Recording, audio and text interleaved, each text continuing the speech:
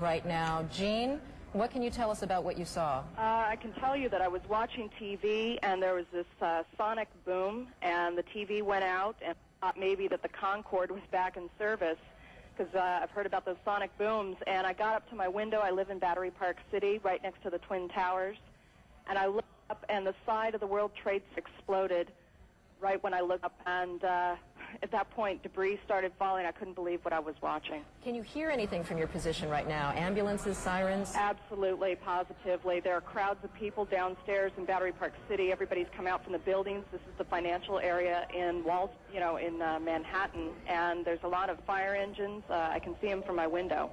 Gene, can you tell us, I don't know if you can tell which tower it is that's on fire right now, or the kinds of services that are inside that tower?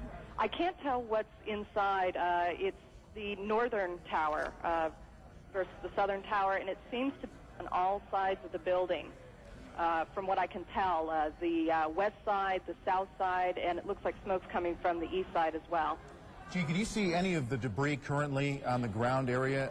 Absolutely. I mean, it's continuing to kind of flutter down like leaflets, and at first there was just tons of debris, and it continues to fall out, and it looks like these uppermost floors are definitely on fire. Can you see any actual people in that area who may have been hit by any of this debris or were not able to get out of the way? Can you see any crowds that may be too close to where they should be? Anything like that? No, I don't think so, and it's not a highly trafficked area at the base of the World Trade Center, so that's one fortunate thing.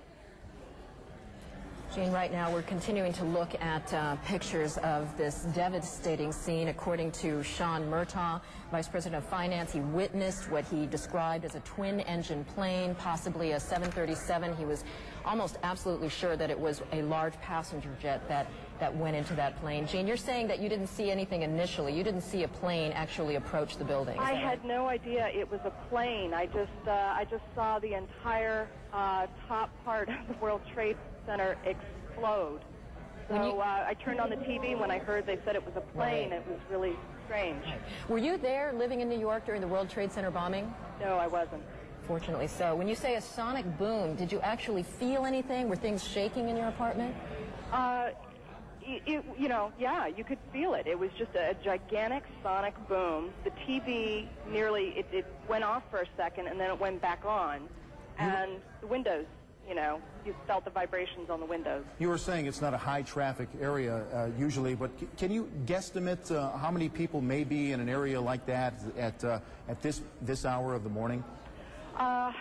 It would be hard to say. There is a huge courtyard between the two World Trade Center buildings, and the only issue might have been tourists or business people out in this courtyard area, and they possibly would have been hit. But the people that are immediately around the base of the World Trade Center, I would say at any given time, you're talking about maybe 20 or 30 people at best. We were talking with Sean Murtaugh earlier, and he said this is not normally an area where you would see some sort of aircraft, certainly, obviously, that low, but in that is not a high traffic area in terms of flights? I don't know about flights. I have a balcony down here in Battery Park City, and they have that needle sticking out of the top of the World Trade Center, and I've always wondered, if anyone would kind of get too close to the building, and accidentally veer into it. Gene, tell us a little bit about that area and how emergency crews would be able to access that area. Would that be relatively difficult or easy to access for emergency people? I would imagine it would be slightly difficult because to get around the base of the World Trade Center building, there's really only the one street entrance. The other sides of the building are surrounded by other buildings in the courtyard, and so it's just this west side highway, this one major street that runs up the west side of Manhattan that makes it accessible for the fire engines. And, it's amazing to sit here and watch this building on fire, and you've got this tiny little fire engine that I'm watching. That's all you see right now is the one fire engine? Where the fire engines are, it's a little bit obscured by other buildings. Right. Gene, let me ask you, I know I'm asking you to be a bit of an expert on the World Trade Center, but there's a famous viewing deck for tourists on one of the towers. When you say that this is the North Tower, is this the one that services a lot of the tourists to get their view and get to the restaurant at the top? As a matter of fact, it is. And there's as I'm sure you can see, there's a ton of smoke coming out right now.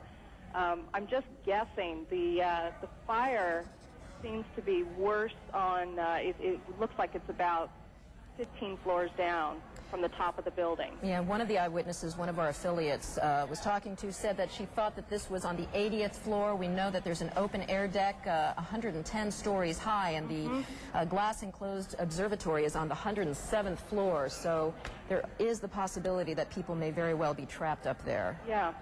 All right. Thank you so much, Jean Yerman. You're very welcome. Eyewitness here to a loud sonic boom she described as she was sitting inside her apartment, and she looked up and saw the side of the World Trade Center exploded into flames and black smoke.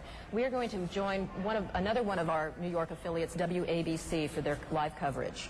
Plane overhead, and then all of a sudden I thought it sounded kind of loud.